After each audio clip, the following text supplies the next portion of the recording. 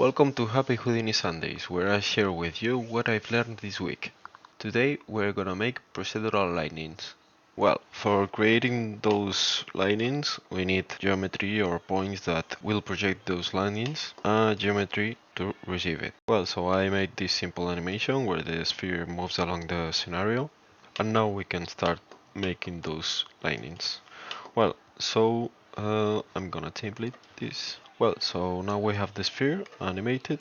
We're gonna scatter some points right here. We're gonna take those points and project the normals right there, right into the other geometry. So first of all, we need the normals of the geometry. And now I'm gonna scatter some points. I think, yes, 50 it's okay. Also, you can make an add node and delete the geometry, but I think you have more control with scatter node about the points you want to project. So now that we have our normals and scatter points, we can visualize our normals. We can take a array node and the points will project into our other geometry. Now you can see that we have some points we don't want to, but we can fix it later. So now that we have some points scattered and those same points projected into the geometry, we can merge it together, and with an add node we can now connect these points, and you probably got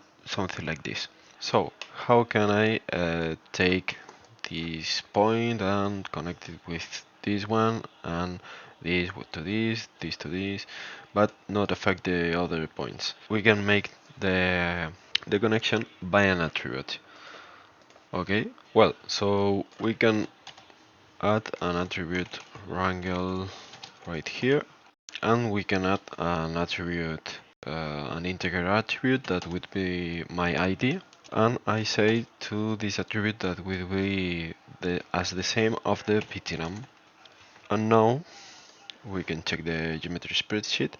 We have the attribute ID. Okay, so now we go back to the add node and we type here ID, and it will connect the points by this attribute. Well, as you can see, there are some points that, as they have the same position right here and in the array node, they are like little points that we don't need. We can delete this by many ways. One of them could be to add a measure node and say this to perimeter length, and then a blast node.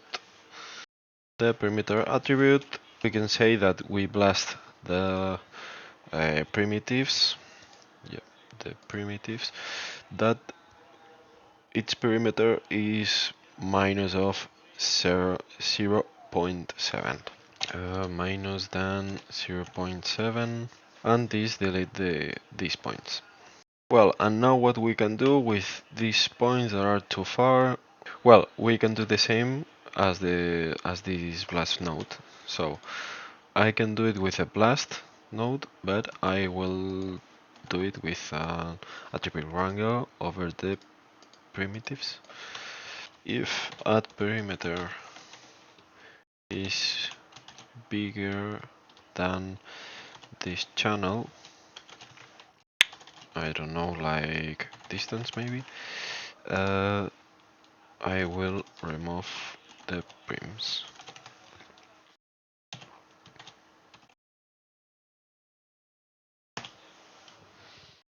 Oops. Okay, now it's 0, so it will delete everything, and now we can, yes, it will be printing our lines, our linings. So why I do it like that in this situation? So I can change this whenever I want. So I think it's more procedural and not like the blast node. If I do it with a blast node, I have to came right back here and start typing again and again and again. So with this, I think we have more control over these situations. So I will leave it into. I think it gives a pretty good result. So now we have to resample these lines. Okay, wait, resample, and now we have some points right here. I think I can more points. Yeah, okay. And now I can add an attribute bob. So now I take an anti-aliased noise, input the position, take an add, input this position, and add the noise, and then input into the output position. So now you see that the noise is not really good. You have to put it in 3D input, 3D noise, and this is better, much better. Well, so here in the sample node we can add this attribute, the curve, and we can take a bind node and take our new attribute curve and connect it to a RAM parameter. Name your RAM parameters, and we have now to multiply this noise by the ramp. So, oops, yeah, this is not the input, is this. Now you can see the start of our lightnings are not that noisy, so we can, yeah, we can play with our ramp to make the race more or less noisy. This is okay for the start. I like to push them a little bit. Yeah, the noise is really hard. So we have to uh, low the amplitude. Yeah, yeah, like this it will be okay, and we can low the frequency, I think.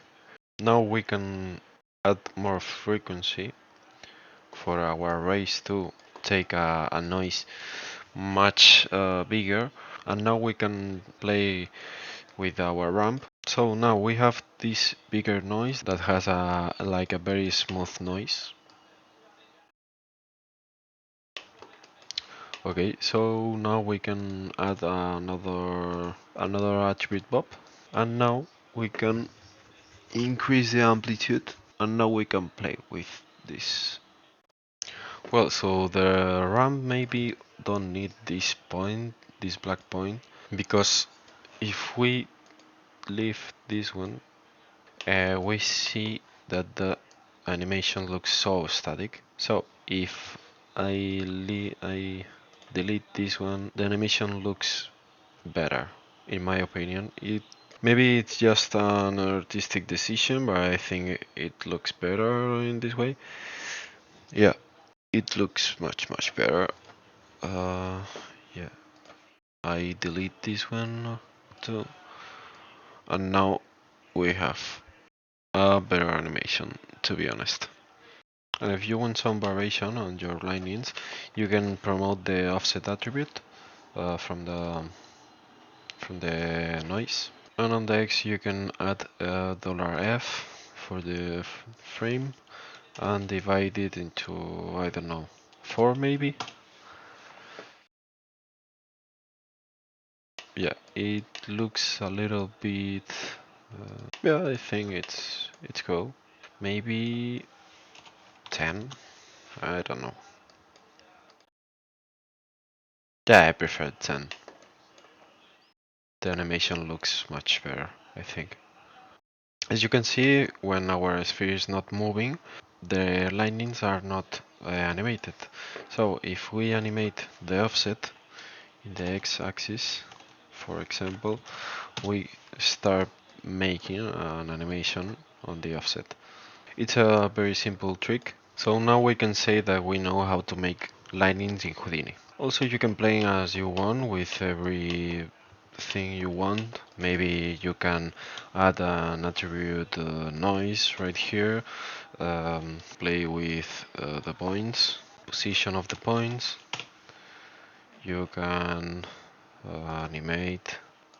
Maybe with an attribute bob this will be easier, but to make it faster I will do it with an attribute noise and a transform. So now you can play with this, with the position of the points, of the impact points.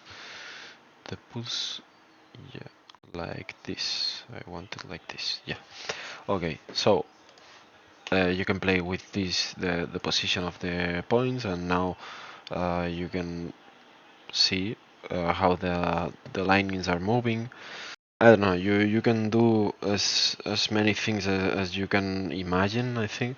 So yeah, I think we got it. And if you know any other way to make linings in Houdini, you can.